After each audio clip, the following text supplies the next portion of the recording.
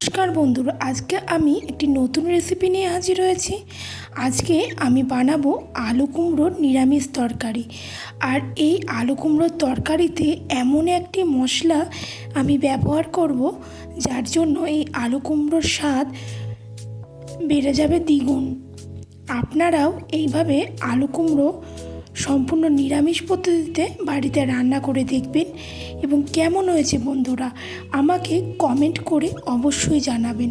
চলুন রান্নাটা শুরু করা যাক। এখানে আমি কুমড়োগুলোকে ভালো করে ধুয়ে ছোটো ছোটো টুকরো করে কেটে নিয়েছি, আর একটা আলুকেও আমি ছোটো ছোটো টুকরো করে কেটে নিয়েছি। এখানে আমি নিয়ে নিয়েছি 5 ফোড়ন। এখন গ্যাসের ফ্লেম অন করে কড়াই বসিয়ে দেব। কড়াইয়ে দিয়ে আমি দিয়ে দিচ্ছি 5 ফোড়ন। 5 ফোড়নটাকে আমি হালকা একটু কড়াইয়ে নেড়ে চেড়ে নেব।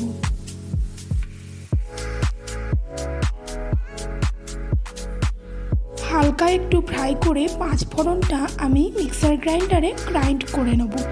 এই মশলা আলু কুমড়োর তরকারিতে দিলে খেতে খুবই ভালো লাগে।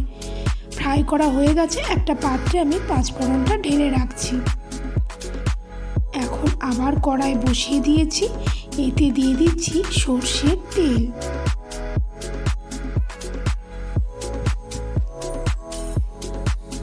তেল ভালোভাবে গরম হয়ে গেলে আমি এর মধ্যে দিয়ে দিচ্ছি অল্প একটু 5 ফোড়ন, শুকনো লঙ্কা আর তেজপাতা। হালকা একটু নেড়ে চেড়ে নিচ্ছি।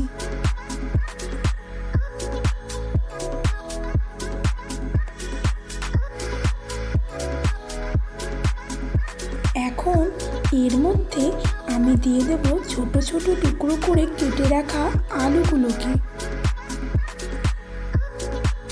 আলুগুলোকেও আমি হালকা লাল করে একটু ভেজে নেব।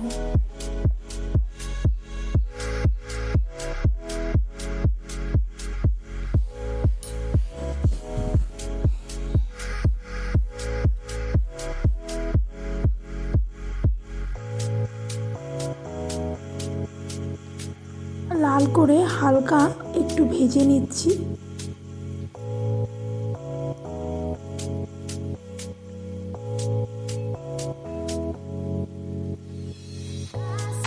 দিয়ে দেব এখন ছোট ছোট টুকরো করে কেটে রাখা কুমড়োগুলোকে। এখন কুমড়ো আর আলুগুলোকে ভালো করে লাল লাল করে ভেজে নেব। এটি সম্পূর্ণ একটি নিরামিষ তরকারি। রুটি, লুচি, পরোটা, ভাত সব কিছুর সাথে এই রেসিপিটি খেতে খুবই ভালো লাগে। গ্যাসের ফ্লেম এখন মিডিয়ামে দিয়েছি।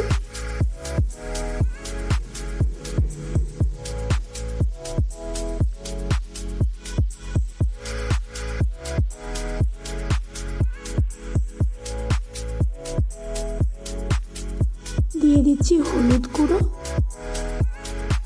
দিয়ে দিচ্ছি স্বাদ মতো লবণ।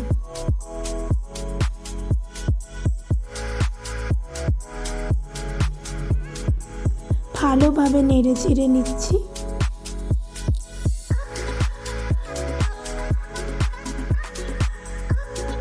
কুমড়ো আর আলুগুলোকে ভালো করে ভেজে নেব যাতে কাঁচা না থাকে।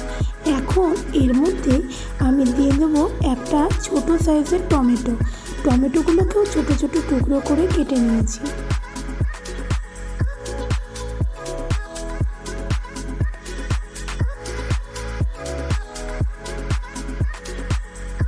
টমেটোটাকেও আমি ভালোভাবে নেড়ে নিচ্ছি যাতে টমেটোটা একটু নরম হয়।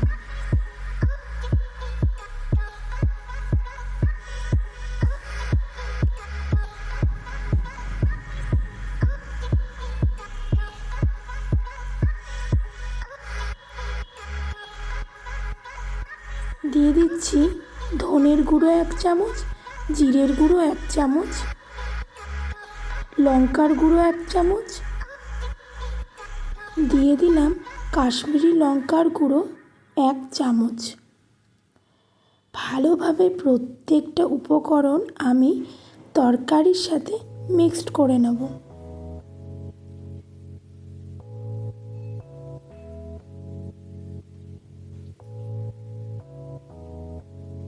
ভালোভাবে মিক্স করে নিচ্ছি প্রত্যেকটা মশলা।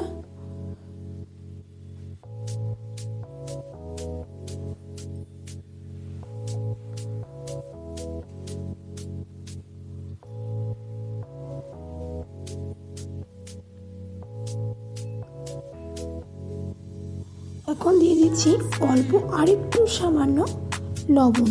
তখন আমি অল্প লবণ দিয়েছিলাম, এখন আর অল্প লবণ দিয়ে দিলাম।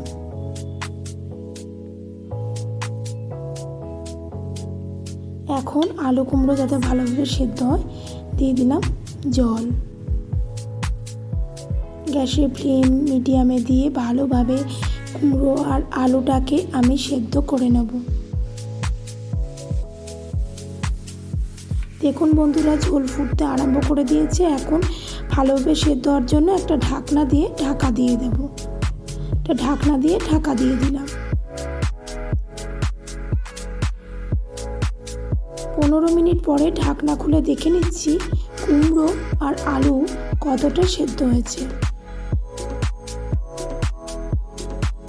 দেখুন বন্ধুরা, একটা কুমড়ো তুলে আমি হাতা দিয়ে দেখে নিচ্ছি কতটা সেদ্ধ হয়েছে।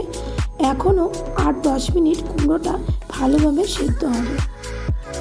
আবার একটা ঢাকনা দিয়ে ঢাকা দিয়ে দেব যাতে ভালোভাবে সেদ্ধ হয়। 10 মিনিট পরে আমি ঢাকনা খুলে দেখে নিচ্ছি আলু কুমড়ো টমেটো ভালোভাবে সেদ্ধ হয়ে গেছে কিনা। দেখুন বন্ধুরা, এখন আলু কুমড়ো পুরোপুরি সেদ্ধ হয়ে গেছে।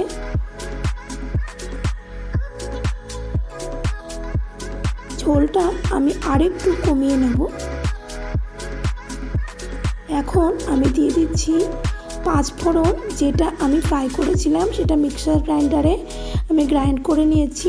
সেই গুঁড়োটাই আমি তরকারির মধ্যে মিশিয়ে দিলাম। আর এই মশলাটা তরকারিতে ব্যবহারের ফলে খেতে হয় দুর্দান্ত।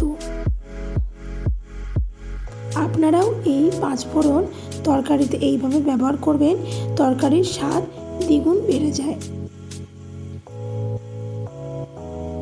আলু কুমড়োর এই নিরামিষ তরকারিটা আমার একদমই প্রায় শেষের দিকে। এখন সবশেষে আমি দিয়ে দেব সর্ষের তেল। এই সর্ষের তেল সবশেষে ব্যবহার করার ফলে তরকারির টেস্ট হয় দুর্দান্ত। দিয়ে দিলাম সর্ষের তেল। এখন ভালোভাবে নেড়ে চেড়ে নিচ্ছি।